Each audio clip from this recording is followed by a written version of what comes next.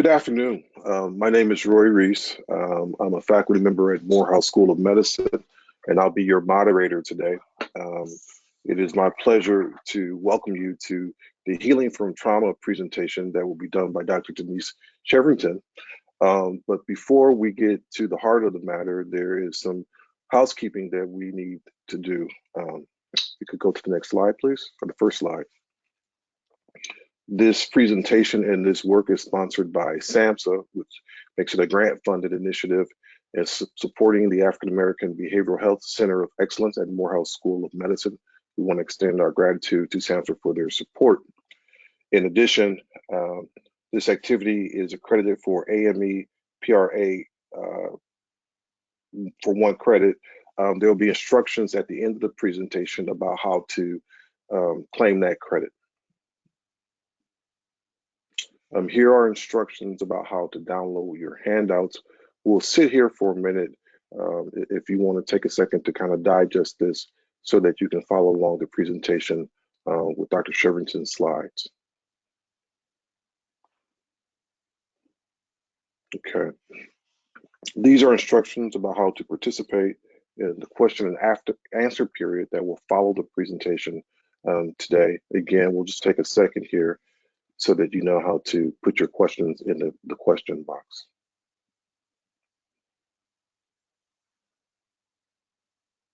And then finally, the disclosures. There were no financial relationships that Dr. Shervington had to report. And so with that, we are good to go. So it's my pleasure today to introduce our presenter, Dr. Denise Shervington. Dr. Shervington has curated a career that sits at the intersection of public health and academic psychiatry.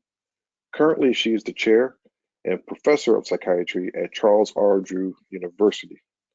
Previously, Dr. Shervington held professorships in psychiatry at Tulane and Columbia University. A graduate of NYU School of Medicine, she also earned an MPH at Tulane University. Dr. Shervington completed her residency at University of California, San Francisco, and is board certified in psychiatry and neurology. She's a fellow of the American Psychiatric Association and recipient of the APA's Award for Excellence in Service and Advocacy. Previously, she was awarded the Gene Spurlock Minority Award. She is a member of the following entities: the American Board of Psychiatrists. She serves on the Residence and Training Commission. She co-chairs the New Orleans City Council Task Force on Childhood Trauma. She's a member of the Scientific Board of the Center for Society and Mental Health at King's College in London. She has testified before the U.S. Congress on the impacts of childhood trauma. Dr. Shervington is the author of Healing is the Revolution, a guide to healing from historical, intergenerational, interpersonal, and community trauma. She also hosts a podcast by the same name, Healing is the Revolution.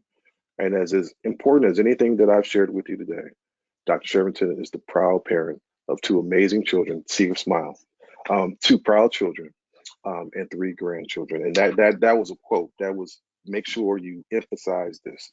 So please join me in welcoming our presenter, Dr. Denise Shervington. Dr. Shervington. Thank you, Dr. Reese. It's really an honor to be here. I would like to feel that we're sitting in dialogue. This is a very difficult subject for all of us. And so I'm going to invoke my ancestors to help me through. Basically, what my objectives are to describe some of the historical and current day racial atrocities that as African Americans we have been subject to for many years. I want to, sometimes when I say for centuries, it doesn't feel the weight as much as just the time that we've been suffering. I want to try to apply Lacanian psychoanalytic theory about lack and jouissance to the maintenance of racism and the fantasy of racial superiority. Lacan himself did not do that, but several Black scholars have looked to his theories because it's not just about the individual, but it's about the individual as a social being interacting with others. I want to talk a little bit about the intergenerational biologic transmission of historical trauma. And I want to end on an upbeat, talking about some population level and individual approaches we can take for the healing of all of us. Next slide, please. My outline very much follows what I said as the objective, so I'll just keep going. Thank you. And I want to start with this Israeli, a quote from the Israeli psychologist Gilad Hirschberger. And he says that collective trauma is a cataclysmic event that shatters the basic fabric of society. Aside from the horrific loss of life, collective trauma is also a crisis of meaning. For victims, the memory of trauma may be adaptive for group survival, but also elevates existential threat, which then prompts a search for meaning and the construction of a transgenerational collective self. For perpetrators, the memory of trauma poses a threat to collective identity that may be addressed by denying history, as we're seeing now, minimizing culpability for wrongdoing, transforming the memory of the event, closing the door on history, or what we hope, accepting responsibility. And he pointed out that the collective memory of trauma is different from individual memory because collective memory persists beyond the lives of the direct survivors of the events and is remembered by group members that may be removed, from the traumatic event in time and space. Those of us who are now living this memory were removed, but we carry in our collective unconscious. Next slide. Just want you to see where we started. Next. And I want to just focus in on some of the notable historical moments that I think it's important for us to keep alive so that we know from where we came and what healing will look like. So right after slavery, we had the birth of the Ku Klux Klan. And then with that brief period of Reconstruction, it was dismantled as Southern whites wanted state control, as we're seeing now. And there was the post-Civil War convict leasing of prisoners to private railways, mines, large plantations, which was a result of the loophole in the 13th Amendment, which said we could resort to slavery as punishment for crime. Then there are the black codes, which allowed whites to arrest and find blacks guilty of anything. There was no need to prove guilt for incarceration.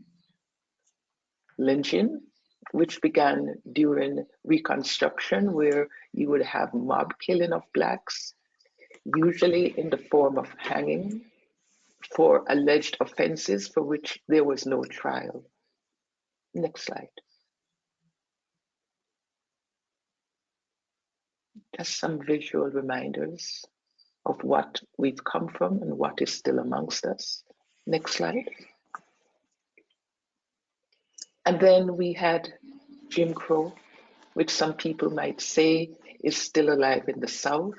And this came with the famous case, the Plessy versus Ferguson at the Supreme Court, where it was upheld that as African Americans in our societies that we would live, it would be separate and unequal.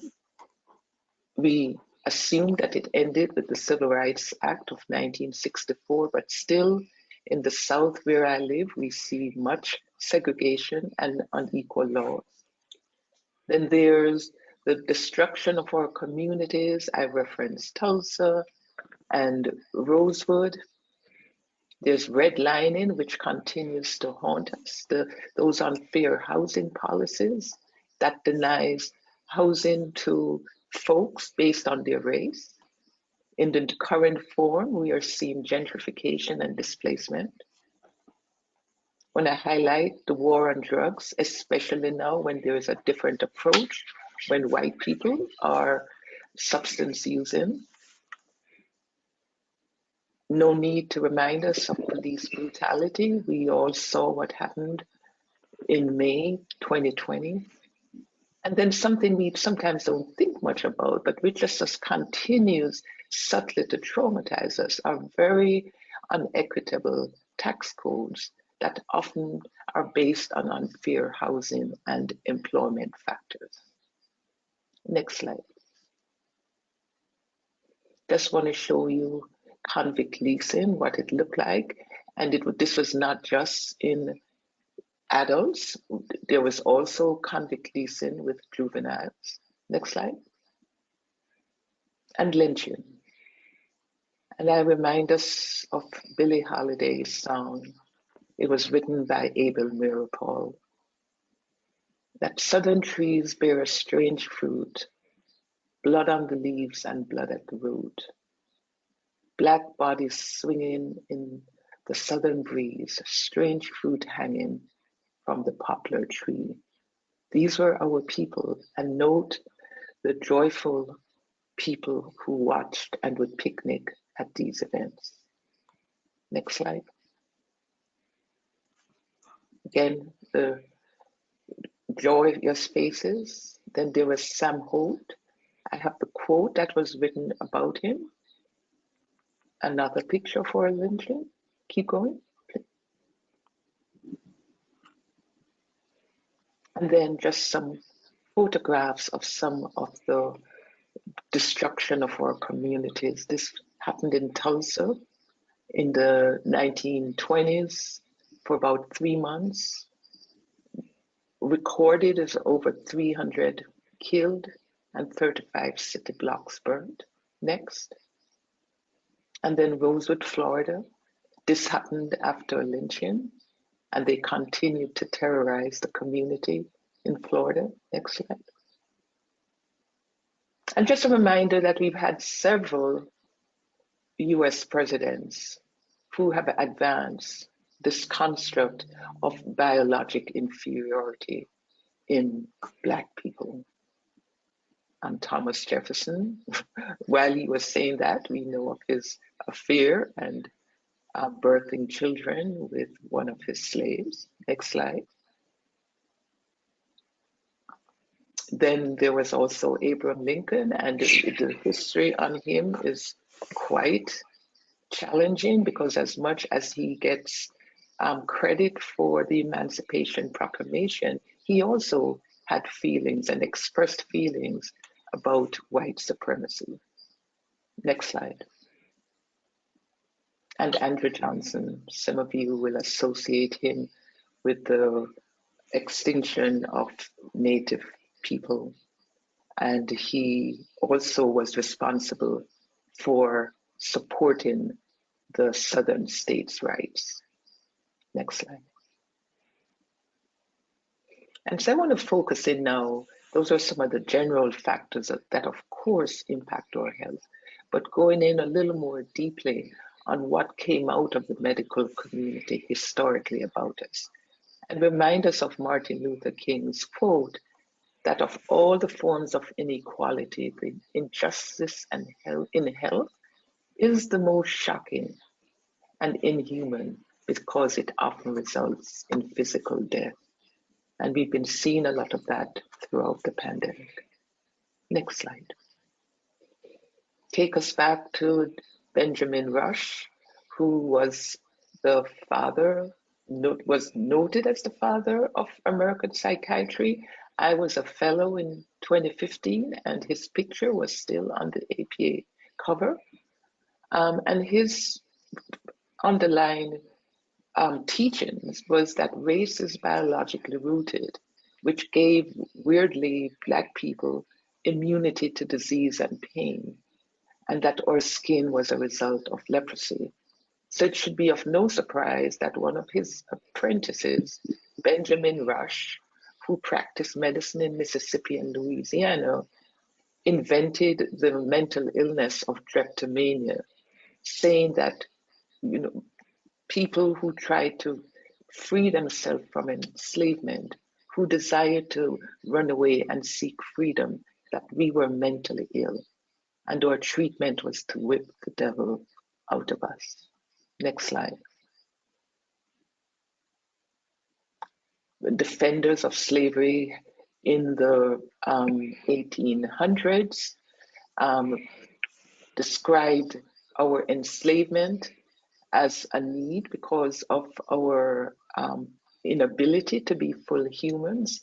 Senator John Calhoun in 1840 said that there was proof of the necessity for slavery because we Africans could not take care of ourselves and we would sink into lunacy if we were to be free.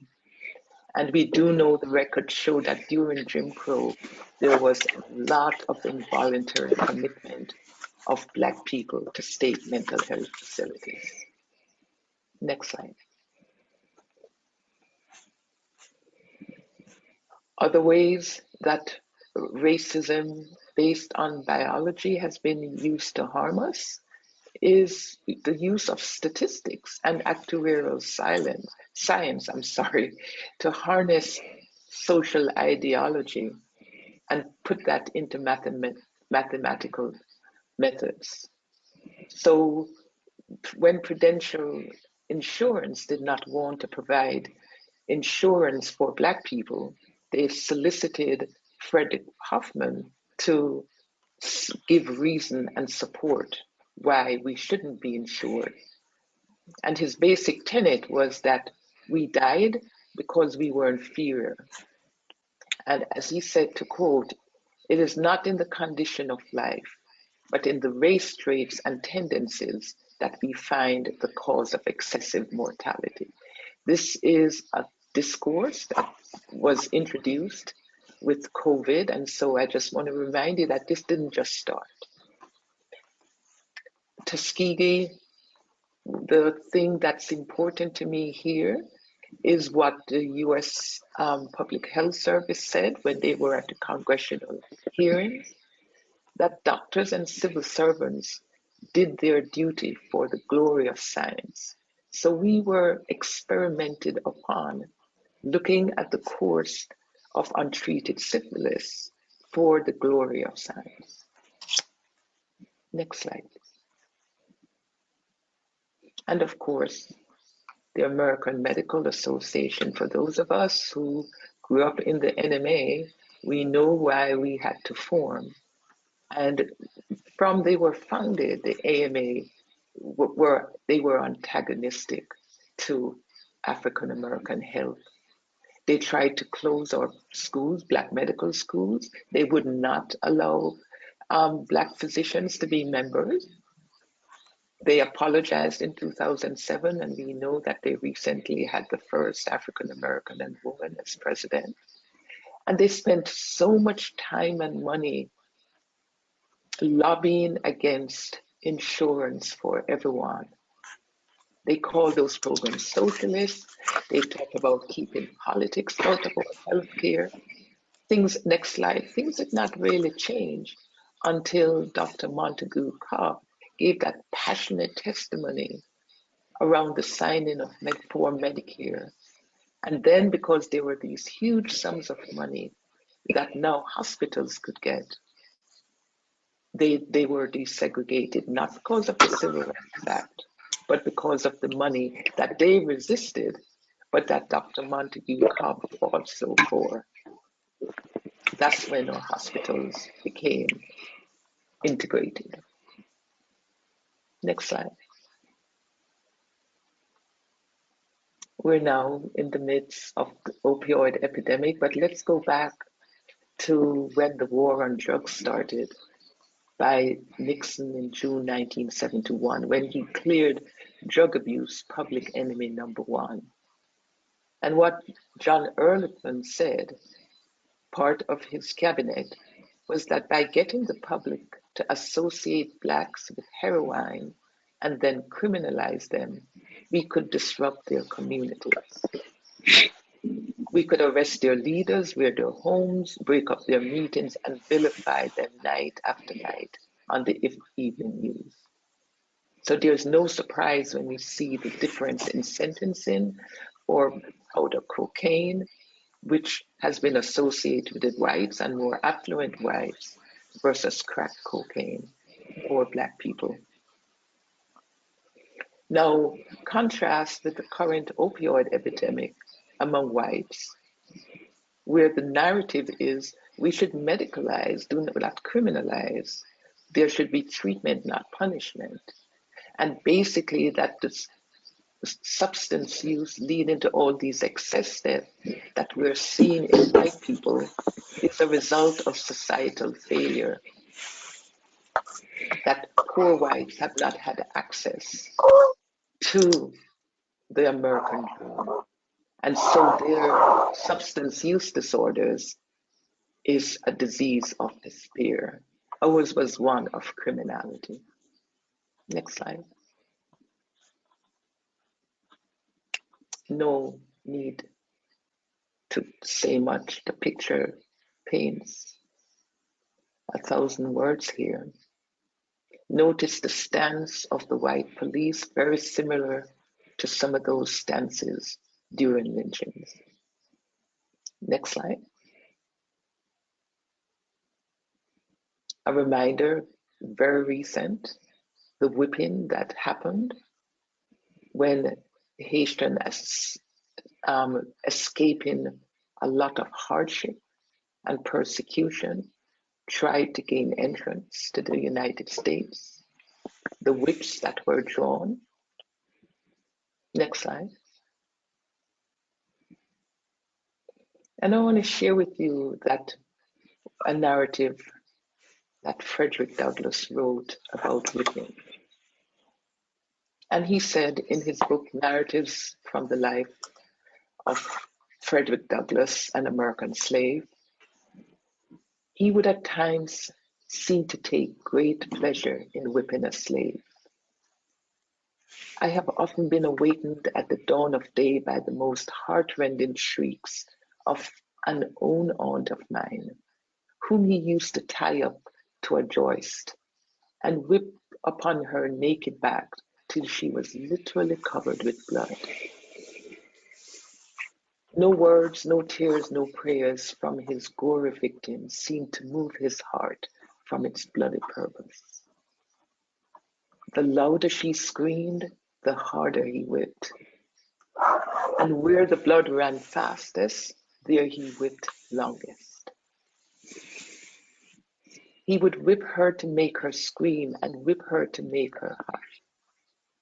And not until overcome by fatigue would he cease to swing the blood-clotted cowskin. I remember the first time I ever witnessed this horrible exhibition. I was quite a child, but I well remember it. I shall never forget it, whilst I remember anything. This is what seeing those Haitians seeking asylum in 2021 brought up for me. Next slide. Remind us of the Hottentot Venus show, where because of our body shape, we were referenced as the missing link between humans and apes. Next slide. No surprise then when we saw the tweet, "The Freak of Nature," in reference to South Sudanese model Lacanian. Next slide. And our former APA president, actually a boss of mine at Columbia, he sort of gave me permission to enter this space about the unconscious and implicit bias. And so I'm going to go there because he said that although in response to what he did, his tweet, he said, prejudices and stereotypical assumptions I didn't know I have held have been exposed to myself and to you and I'm deeply ashamed and very sorry. Although tackling unconscious bias is an ongoing part of these efforts, it starts internally. So I'm going to go a little internal, but again, I am choosing the analyst Jacques Lacan, the French analyst, because he tried to explain the construction of the human self, not just in terms of our internal drives, but in relationship to the social. And so basically the two constructs from him I want to bring up into this conversation about racism is him talking about as infants, because we are so dependent and experience that kind of separation from the primordial bliss of oneness with the mother. That when as we begin the journey of separation, we fear lack. It's a kind of primordial vulnerability because we're no longer in the oneness that we experienced with the mother in the womb. And that kind of lack can drive individuals to realize themselves in another imaginary individual, usually starting with the mother or caregiver. And then he talked about jouissance, which is a kind of enjoyment or pleasure that just goes beyond just the mere pleasure principle. And it's been further expanded in feminist theory to say jouissance is that transcendent state that represents freedom from linearities, and a kind of more metaphysical fulfillment of desire beyond the mere libidinal satisfaction. So jouissance is caught up in the erotic and mystical. Next slide. And so what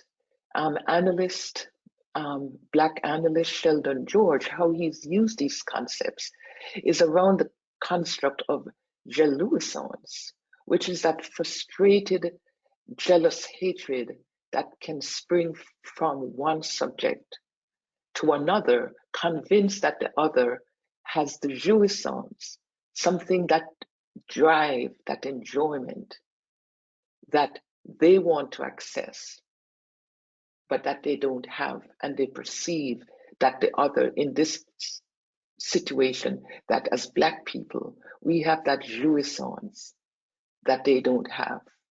And he gives, for example, the minstrel shows, where at the same time it allowed those who are racialized in us to enjoy what they think is in us, but they can't have. But then they're connecting to us through that experience. Next slide.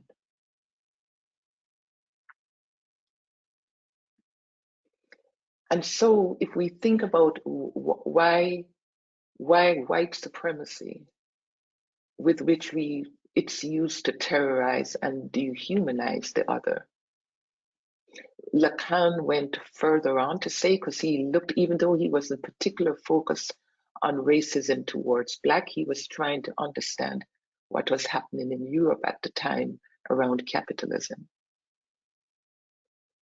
And he said what happens is that whiteness is used as a signifying chain. The language, it's signifying an established hierarchy in which whiteness represents the pinnacle of being or sovereign. But what Lacan said, white Frenchman, was that the master's discourse is that he commands the system of knowledge and thereby has the means to hide the truth, that like all subjects, the master is castrated. The master too has lack. He went further on to say that whiteness takes on the symbolism of the phallus, which gives the master some proof that he possesses the illusory phallic object of whiteness by possessing the slave. Next slide. And so what Tilden George does is then look at what is the psychic damage that has happened for Black people as this racial history has bound us in this discourse that there is excess in our jouissance or music or dance.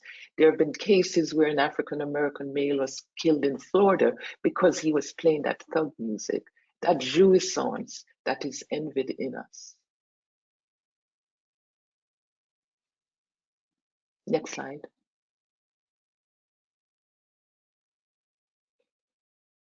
And so I want to stop here a little bit as we think about at the psychic level what might be happening with domination and submission, to know that for those of us who've been subjected to all these years and years and years and centuries of dehumanization, of racial trauma, we're now beginning to see evidence based on studies of other traumatized groups, what happened during the Holocaust and during 9/11, was that there is intergenerational genetic transmission of trauma.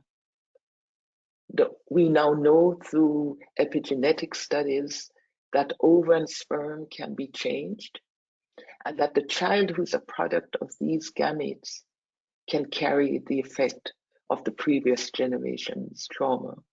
I sometimes, having worked and been in New Orleans during Katrina, I too wonder about children who were born during that period, how they might be more vulnerable to traumatic disorders.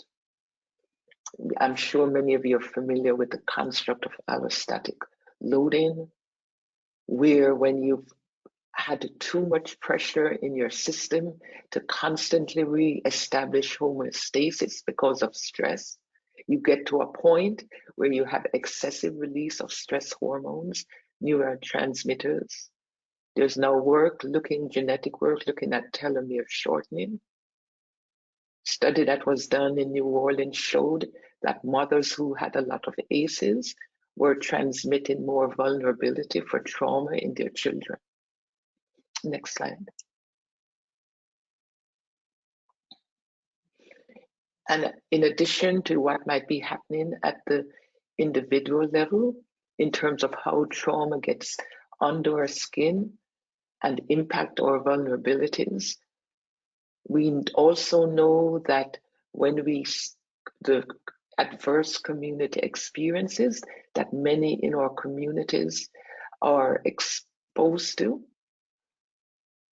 the inequitable economic environments, the physical environments, what happens when the social and economic processes that are concentrating poverty begin to damage social networks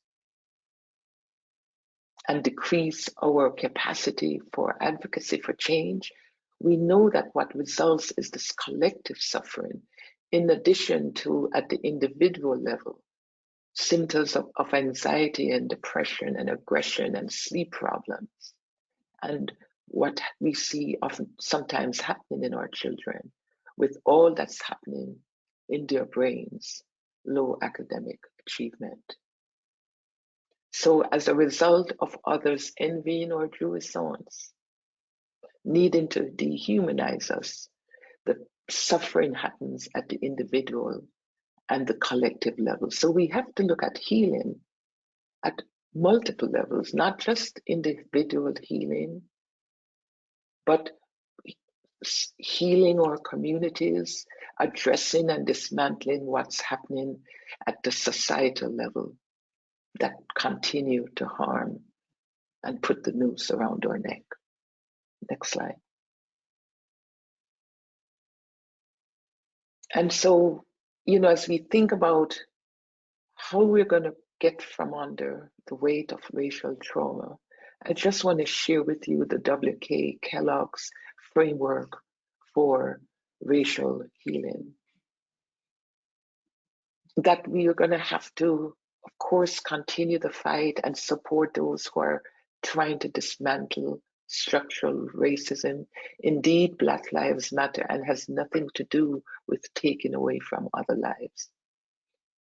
We're going to have to create a society that begins the journey by adopting racial equity values, affirming that all people, regardless of their racial group identification, whatever their skin color or physical traits, all people deserve an equal opportunity to experience well-being. And because we have harmed people, we're going to have to promote racial healing, restoring individuals and communities to wholeness, repairing the damage that has been caused by racism. That's okay. And just one thing, just remind us that this is the covenant under which as Americans we live.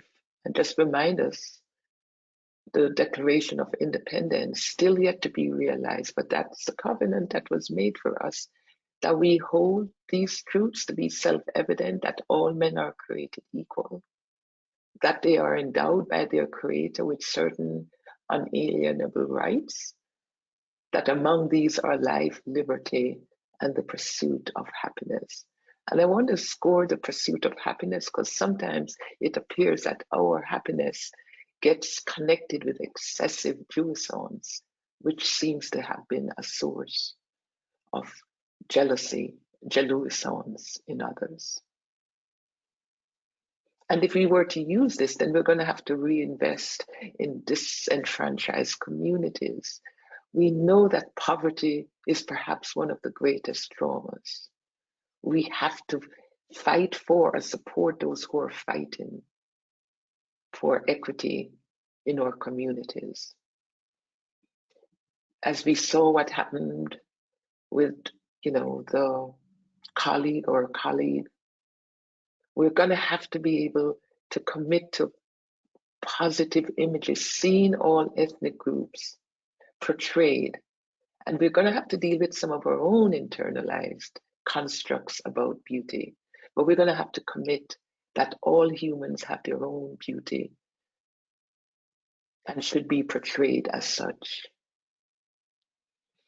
And then what I'm recommending for those who need to hold on to a construct of the hierarchy of human value, that we think about psychoanalyst Melanie Klein, her theory, we make that a meta-narrative where she talked about the three positionalities that we have throughout growth, starting out with that very paranoid, schizoid position, the good breast, bad breast, and when we're not satisfied by one, we forget the other. And if we were to move from that, if we were to ask those who need to dominate, we might have to suggest that they are in that paranoid, schizoid position and they need to move along developmentally. Because what Melanie Klein talked about was after the infant went through that paranoid, schizoid space, they began to realize that that person that they separated as good when they were being satisfied and bad when they couldn't get their needs met, this was that whole person. And going to the infant then gets a bit depressed because it realizes that its feelings directed towards the other was not right. And then the infant in the next couple of years tried to repair and make reparations. And I'm going to suggest that this becomes a meta-narrative for the healing of white supremacists. Begin to move from that paranoid schizoid position. No, when we talk about critical race theory or the 1619 Project, it's not harming you. You don't need to feel guilty and say you can't. You need to work through that you have been that person. You've had these negative thoughts and some positives, I will add. But you're going to have to move from that split paranoid schizoid position to beginning to feel the weight of what you've done and then to start to repair and make reparations. Next slide. I'll be finished shortly. At the individual level in our healing, I just want to emphasize that we work with us, with Black people, we need to factor in how racism impacts us. And in particular for children, because what we're seeing as a result of a lot of structural racism in our communities, where children, Black children who experience traumas, don't have access to the proper psychiatric supports, mental health supports. They're being misdiagnosed as having ADHD and conduct disorders, being given medications that perhaps are unnecessary, being sent into the juvenile justice system. We need to support the move from these behavioral and so-called neurobiologic conditions to what is being proposed as developmental trauma and mood disorders, to avoid misdiagnosing and harming our children. And we need to be aware that because of the collective and the community trauma that happens for us, that we are showing many more adverse childhood experiences. So we need to jump on the bandwagon to prevent adversities happening, child maltreatment, and then the proper healing if that were to happen. Next slide. We can go to the next slide. When I get through to the questions. And then at that more social level of healing, remembering that we are not individuals, our mind is interpersonal, our connection, our knowing who we are is connected to everyone else in the world that we live. And so the importance of promoting healthy interpersonal and social relationships. And it really starts with, especially for children, recognizing the importance of the bonding and attachment that needs to happen. So at the societal level, really advocating for more just MCH policies that will support equitable healthcare and just wages for mothers or birthing people, as some people say, how important that is in terms of our healing interpersonally, to start to allow the development of healthy attachment, secure attachment. And then we also, as we look at our communities, how do we promote healthy adult relationships? How do we allow us as individuals to understand that oftentimes what creates conflicts in relationships are our own projection and splitting, dissociation and denial. We need to begin to speak this language with each other. Next slide. And then we need to, as we see what's been happening in many of our communities, going through COVID and all the disruptions, some of these sociocultural norms that we have adapted due to our collective trauma that creates violence and substance use and disconnection.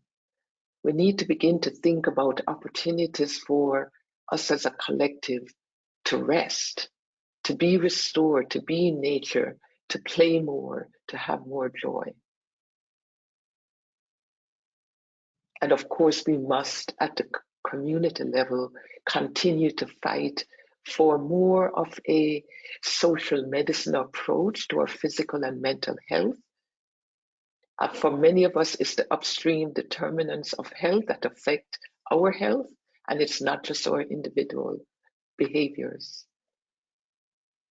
And I would encourage us to tap back into many of the indigenous-based healing practices that we came from, remembering that when we've had to rely on each other, it kept us closer. We weren't so isolated, and we tried to figure out how collectively we could heal each other and care for each other.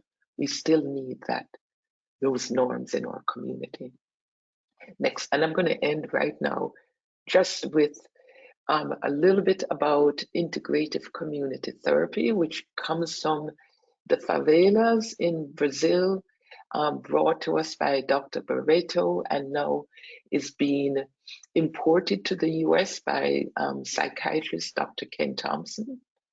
And basically, it is that for collective healing, as we heal, as our souls heal collectively, we have the capacity within ourselves to heal if we can maintain ownership of our personal and communal narrative. Next slide. And then I'm going back to Lacanian theory, in that space in the unconscious that we don't access with language. I think that part of the healing comes from our cultural arts that we brought with us. And we want to move us from, the conversation about Afro-pessimism. We want to really support, and the young people have taken us there, Afro-optimism and futurism, transcending collectively, using the arts and creativity, taking us to that place where we can really connect with and be enchanted with our divine selves. This is the healing we need as African Americans.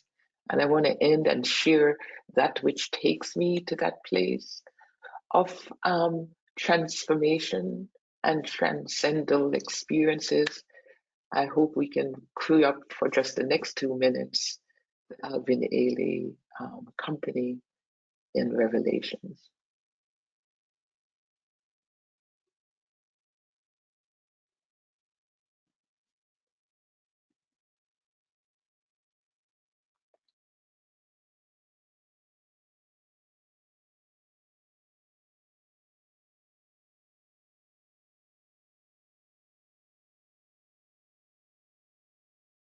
So we're trying to queue up a video here.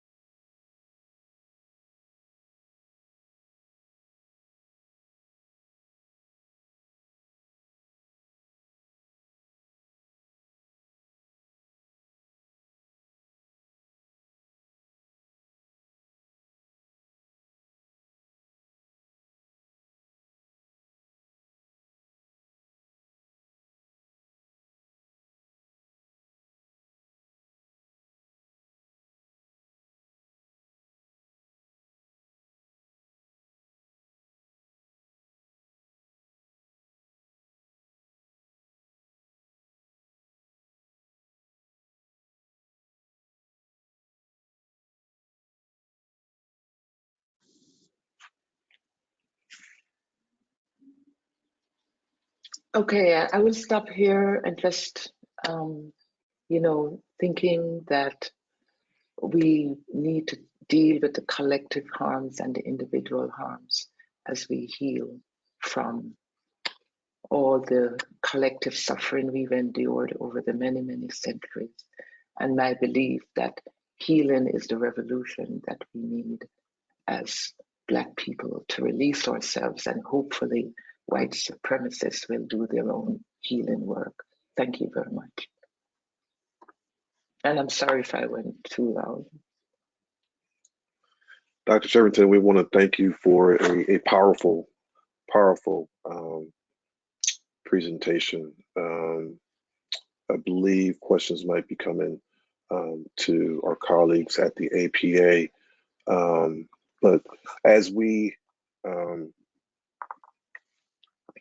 as we think about questions and answers now, I'm wondering what you would say to providers who work with Black folks who have experienced trauma and who themselves are not in touch with that trauma because they've been told it doesn't exist. That when those categories that you talked about of historical and intergenerational and interpersonal and community trauma, that there's this, how do we get in touch with that truth that we've been convinced, we've been brainwashed that is not a real thing. What would you say to providers around engaging their patients in that space? I think it's really, when I work with us, it's not about forcing, but to look for when it appears that there is a little bit more than just the individual presentation of what that trauma is. And we know, especially if we're African American providers, and we're aware of this deep history from which we've come, that we need to be looking for when we, especially as it would turn up in our own internalized constructs of who we are. Are we always feeling that we're fully human and fully free? How are we even on the surface? How do we see ourselves? Do we see the beauty in ourselves? A lot when I work with Black women, at some point, we're going to have to deal with some of these issues, how we look, what beauty means. And similarly, I've equally worked with Black men, and sometimes that's a little more evident because as Black men have been so much more targeted at the societal level. And it's like that has to come in. We have to talk about how it's being held in us. And I think it's for us as therapists to open that up and not just stay at the individual level, but not to lead with it. We have to take the cues. And when we know how it turns out, especially in our sense of self or sense of belonging or sense of who we are, then we need to have that conversation. Okay. And then, I'm not sure there are questions that are coming through on your side, but I have a follow-up question to that. And it is, so we do this trauma work, but we know the opening of the trauma in of itself can be traumatic. And there are so few safe places for Black folks to be around that piece.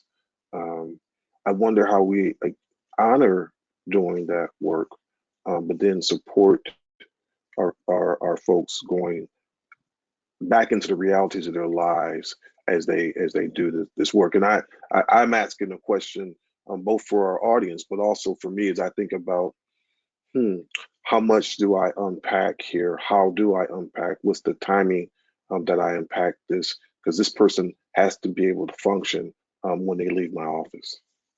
Mm-hmm. Yeah, and I think as in trauma therapy, before we start unpacking, we kind of really teach folks about this is what trauma does, this is how it impacts you, this is how it turns up in you, the body keeps the score. And so I usually start with mind-body practices Let's learn a little bit more about presence, mindfulness, borrowing from the Buddhist tradition. Let's know how to come present in the moment, feel what we're feeling, being aware of it, and paying attention to the environment around us and the interaction there. I think breath work, and it's not till I feel that someone has the capacity to really calm and soothe themselves, then we start to getting into the trauma. And then always tying it up depending on what's happening in the session. Let's tie this up again. Let's get mindful. Let's get present. Let's know that the past is the past that we explore, but only the lessons we need from the past we're going to take into the present. The pain we've discharged here, and you're going to soothe yourself with your breath and with mindful presence. And I find that it has been really helpful. I have, as you can imagine, I'm sure you do, the deep layers of trauma that comes in our community. And I think what happens, people feel, if handled well, the liberation on the other side. So I just ask us to bookend trauma work, with starting with that reminder about what trauma does to the body, teaching some skills about simple 2-3 minutes. Let's breathe, let's get present, and then ending our sessions with that. And I find that oftentimes is enough to help someone pull it back together. Thank you. I'm mindful of our time, and there's a little bit more housekeeping that we have to do here. But another question is, how do folks who, so this was a powerful presentation, but for those of us at whatever stage in your career you are, what are the steps that you would recommend about how we continue our own personal and professional development as healers in this space? Mm-hmm. Well, I think we certainly have to make sure we're paying attention to caring for ourselves. And for me, caring for self is, they're the superficial things we do to pamper ourselves. It's beautiful. It makes us feel better. But we have to continue the work, the inner work, to know who we are and to understand what our liberation means to us. And that usually comes from being more authentic in our space. I think that, we have to engage more with the beauty, or try to create more beauty in the collectives in which we exist.